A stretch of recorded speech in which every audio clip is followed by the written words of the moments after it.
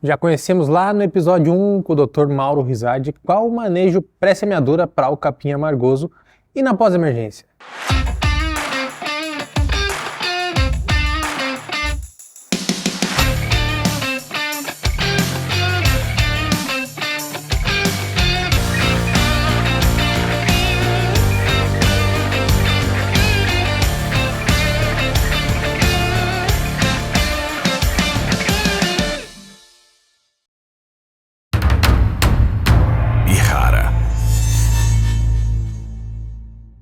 Hoje eu vim aqui conversar com vocês um pouco sobre o manejo do capim amargoso em pós-emergência da soja.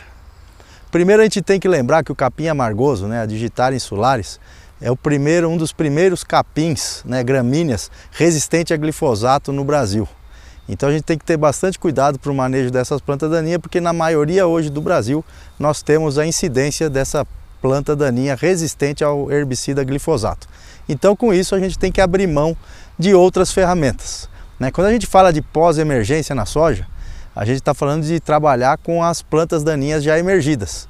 Então a gente vai fazer a pós-emergência. Hoje, nas áreas que a gente tem essa planta daninha resistente a glifosato, o uso de herbicidas graminicidas, principalmente do grupo químico da CCase, e em especial dois princípios ativos, o cletodin e o aloxifop-metil, são os produtos mais usados. Para a gente ter grande sucesso nesse controle de pós-emergência, o monitoramento da lavoura, estar presente na lavoura é preciso. E com isso, você saber identificar a flora que você tem. Porque quanto menor o estágio da planta daninha, melhor vai ser o resultado da sua aplicação, do seu controle. Então, por exemplo, aqui eu mostro para vocês esse tamanho aqui de capim amargoso, emergido ali, ainda não perfilhado. Então esse é o tipo de planta daninha que a gente tem que trabalhar na pós-emergência, que assim a gente vai ter sucesso, e inclusive usando doses um pouco menores. Agora, quando a gente já vai para um estágio onde a gente tem plantas já perenizadas, plantas grandes, como essa daqui, por exemplo, planta já sementeada, então uma toceira grande, aí isso aqui é muito mais difícil de controlar. Muitas vezes a gente vai dar uma bambeada nessa planta, mas ela vai continuar viva e podendo ainda emitir as sementes viáveis. Então, muito cuidado com o estágio da planta daninha. Quando a gente tem plantas assim perenizadas, o nosso controle vai ser muito mais difícil. Dá para fazer? Dá, mas a soja ainda vai perder, porque ele vai estar competindo por espaço, por luz e não somente por água e nutriente, que é o mais comum que a gente fala da competição de planta daninha. Então o uso desses graminicidas em pós-emergência é fundamental.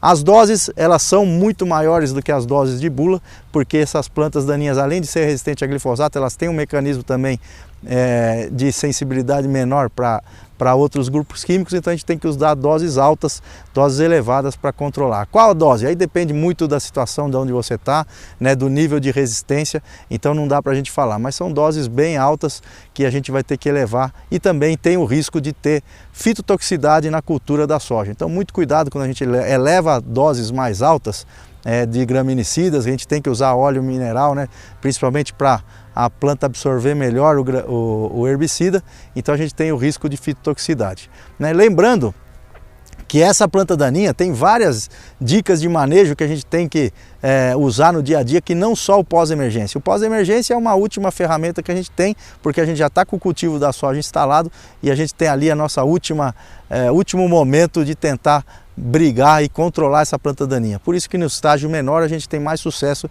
do que no estágio maior.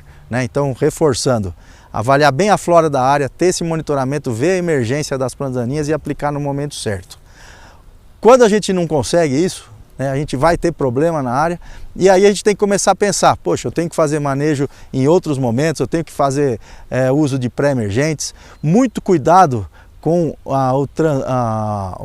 as máquinas que vão de uma lavoura para outra. O que mais dissemina essa planta daninha, o capim amargoso, são as colheitadeiras de grão, porque eu colho aqui a área de soja que tem amargoso, levo semente para outra área e assim por diante. Então fica aqui a nossa dica para a gente ter um bom controle dessa planta daninha que tanto incomoda de norte a sul do Brasil, que é o capim amargoso, a Digitaria insularis, principalmente a resistente a glifosato.